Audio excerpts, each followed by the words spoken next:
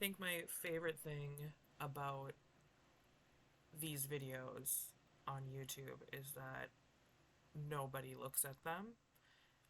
If they do, cool. I kind of trust like it'll find who it needs to find, and if that is no one, then that's totally fine. Because this feels a lot more for me than for anyone else.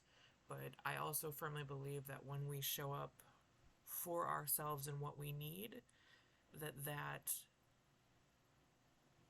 does give permission to other people to do the same, and that can be very liberating. The things on my mind today that I want to talk about are ego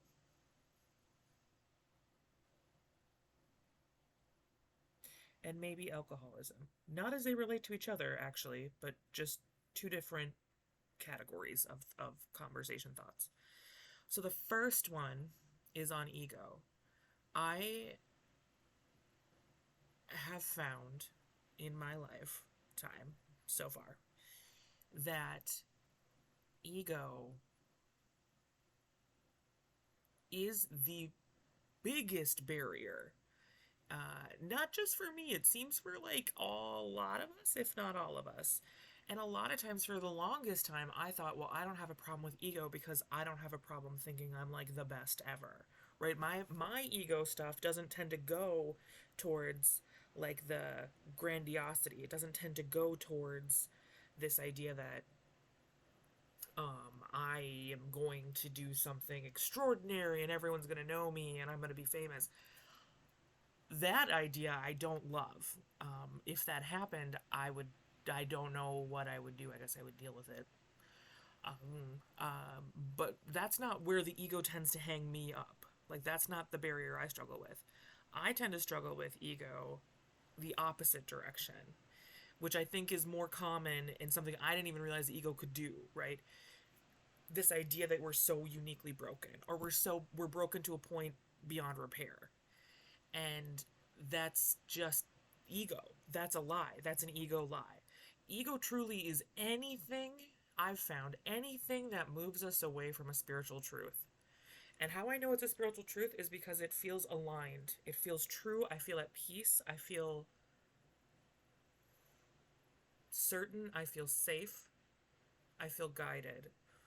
When it's ego, I feel on the defense. I feel doubtful. I feel fearful. I feel sometimes angry or resentful, bitter. Very human things, because I genuinely think when we're born into these fleshy little human bodies, that a big part of that is learning to understand our ego as it shows up for us, and then learning how to transcend that. And that is kind of like every spiritual journey, right? That is the belief system. It all comes out differently. The pathway is different depending on what you subscribe to. And for me, what I subscribe to, it tends to be more like tarot and spirituality that way. And I guess I don't know if I'd call it new agey, but it is like the manifestation. I really think there's a lot of power in what you think and what you believe and how you align yourself. I believe gratitude is unbelievably powerful, and I've found that to show up even this week that way. I've been in kind of a understandable rut. It's not to say, it's also not this thing, because I think ego would also say, ego is also the lie of letting go of nuance, right? Because ego would say, well, then you should never ever feel bad.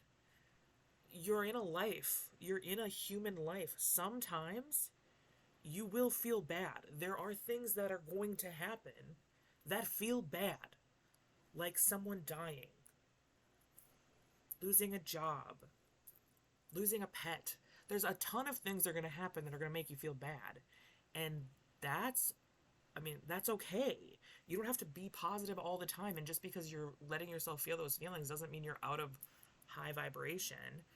It's really attending to what do you need for yourself in that moment. What do you need? And I think I can struggle with stagnation sometimes, because sometimes transitions can be hard. But when I'm like, I recognized I was in kind of a stagnation-y energy, and it was when I was like, fuck it, I'm just going to talk about things that released.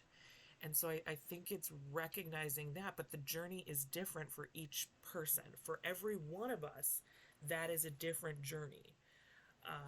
And that's a beautiful thing. It's deeply overwhelming, but it's also profoundly beautiful. Especially because when you start to see how that all threads together, how my actions with one person jump into and jump off of a dozen other threads that come together, weave in and out, it's gorgeous and scary, but like in a good way. Like it's exhilarating, kind of scary. And it's a lovely thing. So, sometimes how I know ego is showing up, because I think that is maybe a skill set that, I mean, I'm still learning it, so I would assume other people are still learning it. So hopefully this is helpful, but I think of it like, you know, when you hit your elbow and you hit it just right and it does a jolt and you're like, like it doesn't hurt, but in the moment you kind of just go like, ow, like what the, like, ugh, like it's such an intense jolt. And I'm not sure if pain is the right word, but it goes up and then it stays for a bit and then it comes back down relatively quickly. For me, when I have an emotional reaction like that to anything, that is ego. So that's my cue that there's ego involved for me. So if I'm listening to someone give me feedback, and this is also normal when you get feedback from anyone at any time, it is normal that our ego shows up first and that it's going to have that reaction and it tends to want to rebuttal. And what I most often try to do is to let that naturally happen, not fight it, not saying you should deny those feelings or even try to prevent them, because as far as I can tell, being a human being means you really can't. But instead recognize there's going to be this little whoop, and then come back down and wait till you're back at base and then listen again. So you get the feedback, you have your jolt, listen again, then check in. Then I can usually get back to alignment to really hear, right? Because if I have a perspective on something, sometimes that's going to be from an ego place, and I'm not even going to know that it's from an ego place. That just happens. This is all part of the journey. I don't know if that makes sense or not, but feels true for me. So that was one thing. That was the one category that I wanted to talk about. The second being, well, do I want to talk about alcoholism?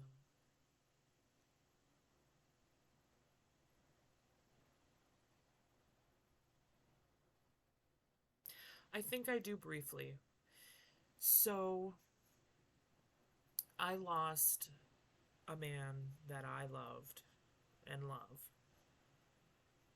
very, very much. We I love him so much and I'm so grateful for our time, but I would never want a relationship like that again. It wasn't healthy, in all honesty. We tended to trigger the hell out of each other. And what seems to have happened is sometimes we both came back in a softer, gentler way and as better versions of ourselves. But there was some split along the way where I feel like I did keep doing that, and then he switched to, I think, trying to outrun that very human part of ourselves that's our shadow selves, that's flawed and unkind and petty, like the things that we all have, right? Like how I tend to show up and how I try to show up is with this loving energy. But it would be an absolute bold-faced lie for me to be like, I've never had a petty thought. Of course I've had a petty, yes, yes. I don't act on my petty thoughts in the same way that I used to. But they're there. Like, I think that's a denying of our shadow selves, and that denying leads to much bigger problems. And that's ultimately what I kind of feel like happened, right? Like, I think alcohol for him for so long was a socially accepted thing, and it serves a lot of roles in our society. And I don't know about, I've always grown up in the Midwest. That's where I've always lived. And in the Midwest, especially depending where you are, right? it's a huge part of the culture of socializing. And then that becomes so normal. And not everybody has a problem, right? Some people really truly just go and have a drink and it's fine, and their life is okay. It's not consuming them. And for a long time, it didn't consume him either. But there were certain things that were coming up, and it's like he doubled down instead of stepping back from drinking. And that feels like when the disease started to come in for him.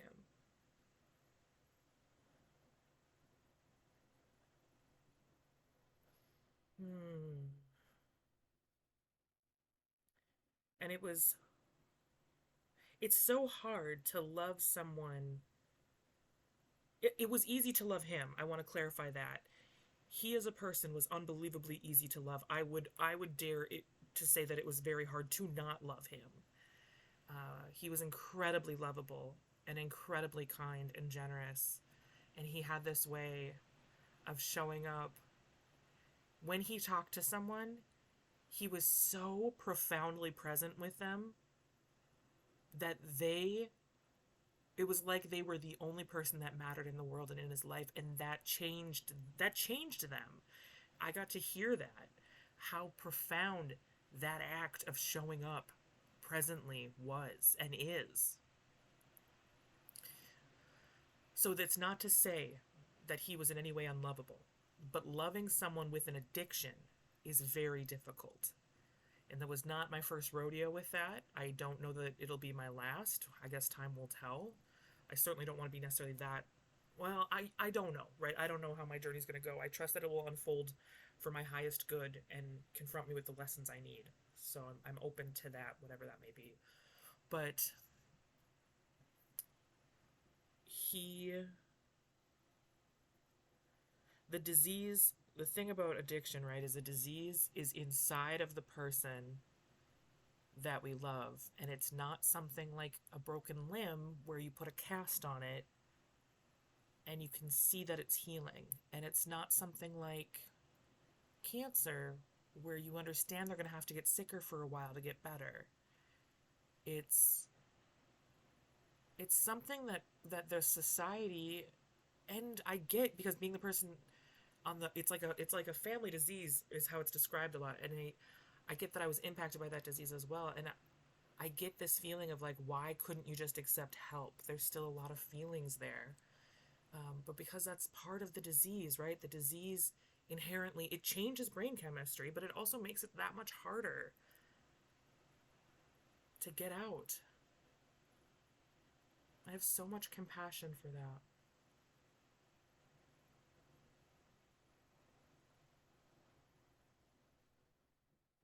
And it's hard because, I know a lot of people didn't get to see him up close in that way with that disease, with the struggle of alcoholism.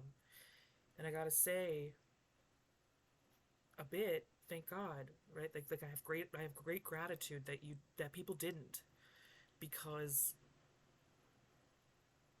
it's hard to be in the aftermath and be trying to figure out what was him and what was disease. And I may never know. I have some North Star moments from loved ones who also knew him and loved him, or have come to know him through me, who helped me um, identify what was him, so that I can use that as a reference point of like deconstructing my experiences and learning and healing from it. Especially as things come up, like, it's been, oh God, what's today's date? The 29th. So in a couple weeks, it's going to be the anniversary, the 9-month anniversary of when he died, and then the day after will be his birthday. And I am not looking forward to either of those. Um,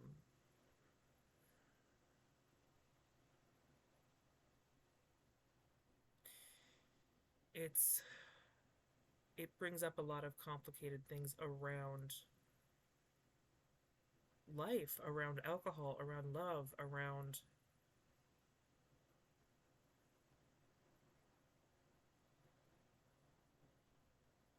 this world, right? Like,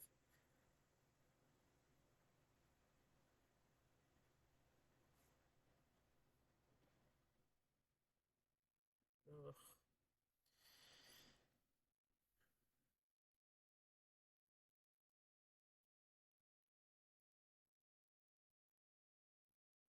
It's hard also for me because I from my perspective, from my truth, regardless of what he and I were ever calling it at any given moment, whatever label, the label changed or was absent altogether a lot of the time, but very much he was my significant other, and I feel that I was his. Um, we had built a life together in a lot of ways, and we talked about that, and we talked about forever, and we talked about our dreams and our hopes.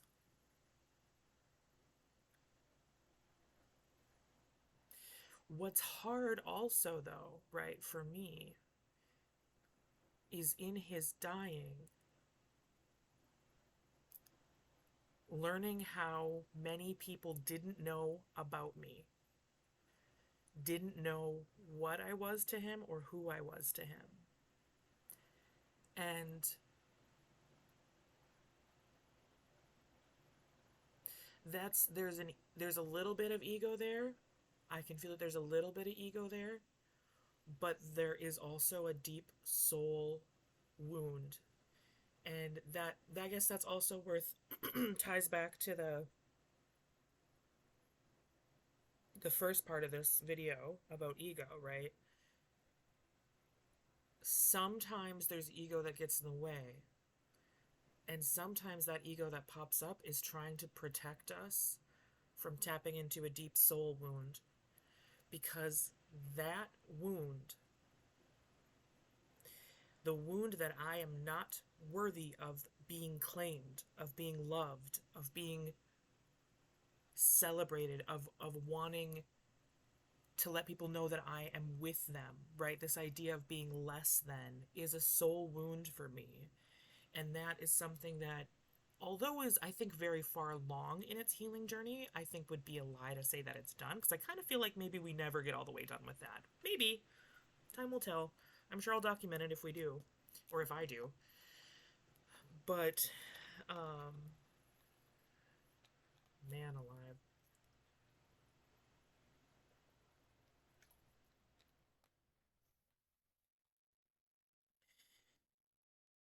I think some of that soul wound, and I don't carry this as I once did, but part of that soul wound for me is that I am a fat woman, and I'm okay with that. I think I am sexy and beautiful and sensual and a very good partner. So realistically, now more than ever before, I feel confident in what I bring to a relationship, intimate, physically or not, any relationship. And I'm more protective of my energy and far more choosy about who I let in, at all, but especially in terms of physical intimacy. Uh, Not that, I mean, I've always been pretty choosy about that, but it doesn't matter. And to each their own. The point of that, though, is to name where there is that wound, and that sometimes, I guess that was one thing I wasn't ready for in losing him, in having him die, was all the pain that would come after. I knew that, right, like you get this news, and Gosh, it was horrifying. It was one of the worst days of my life. But I wasn't ready for all the secondhand loss, and I wasn't ready to reveal these soul wounds. I didn't know what he told people about us because I didn't care. I did early on, but I don't know, as it unfolded over time, I just cared more about having our time together. It felt sacred to have our time together. And there was a period of time when I had to walk away. A couple times I had to walk away. But the longest period of time was because of his alcoholism and what it was doing to me.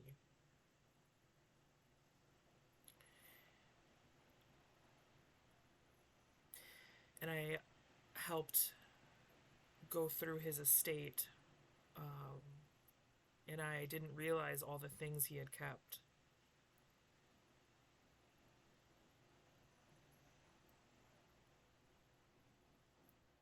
And it was so weird to feel like I'm at the end of our time, right? Because obviously we're not together anymore, as he is dead. But to look back and see the first things that I gave him that he still had through it all, these like love letters and notes.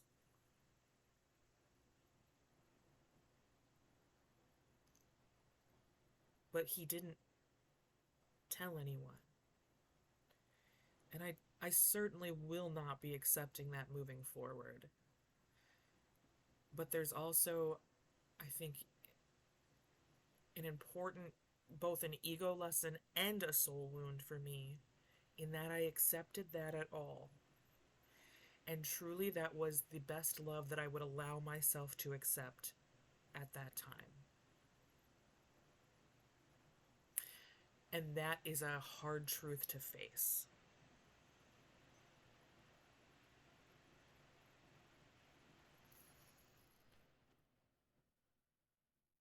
And I think one of the hardest things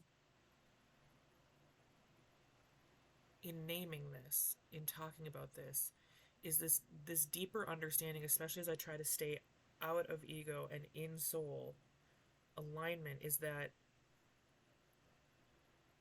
what I'm talking about here is not unique. This is not a specifically painful situation to me, one unique individual in unique pain. This is incredibly common.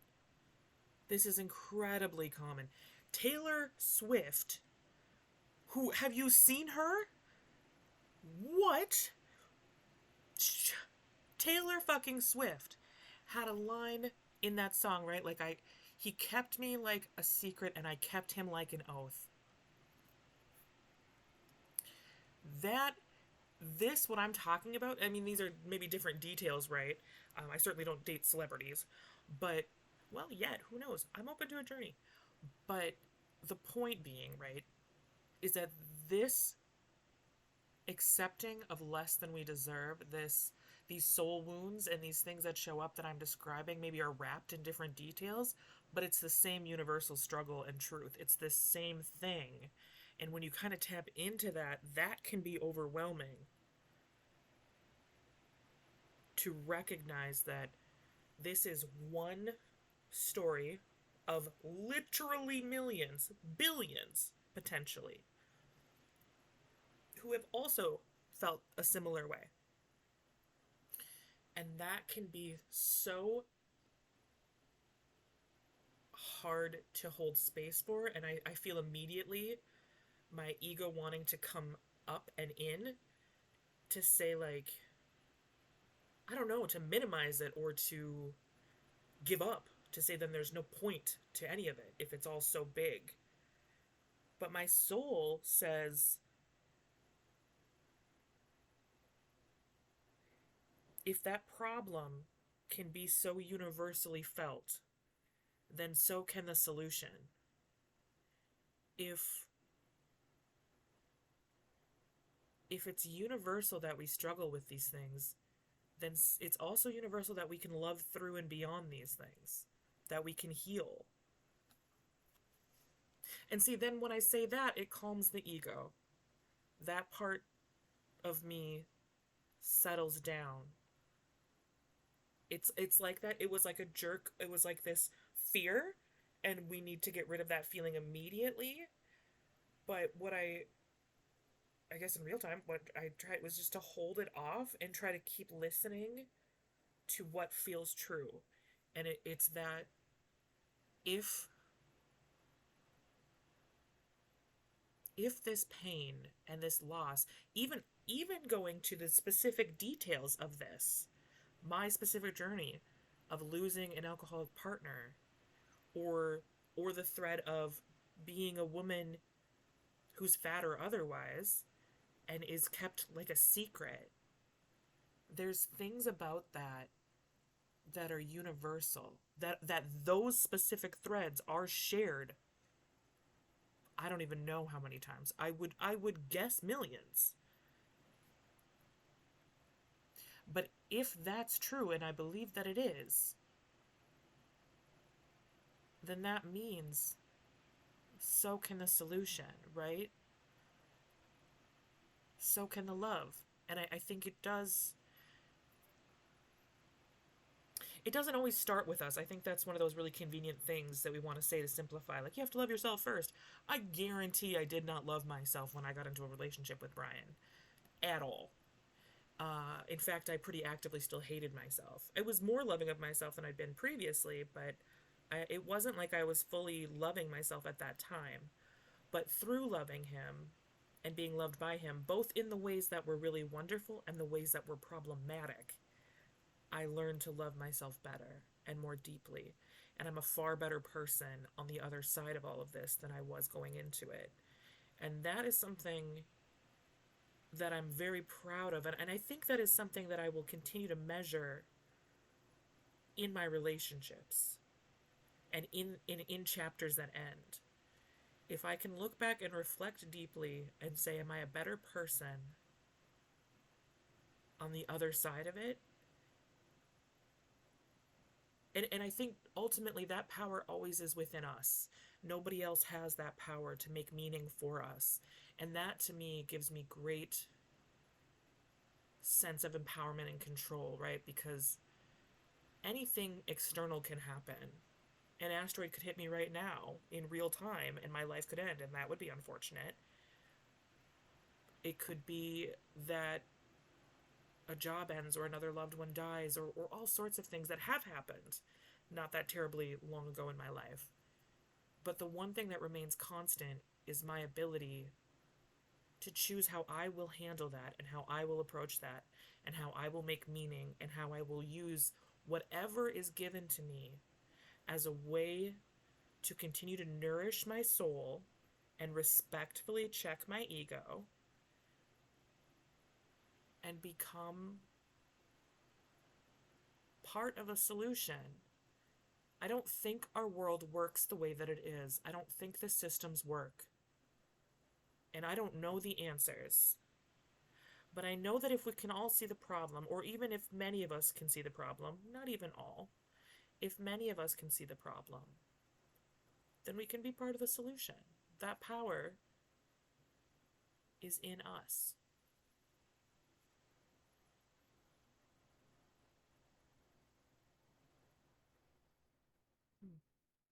I think that's everything that I want to say right now.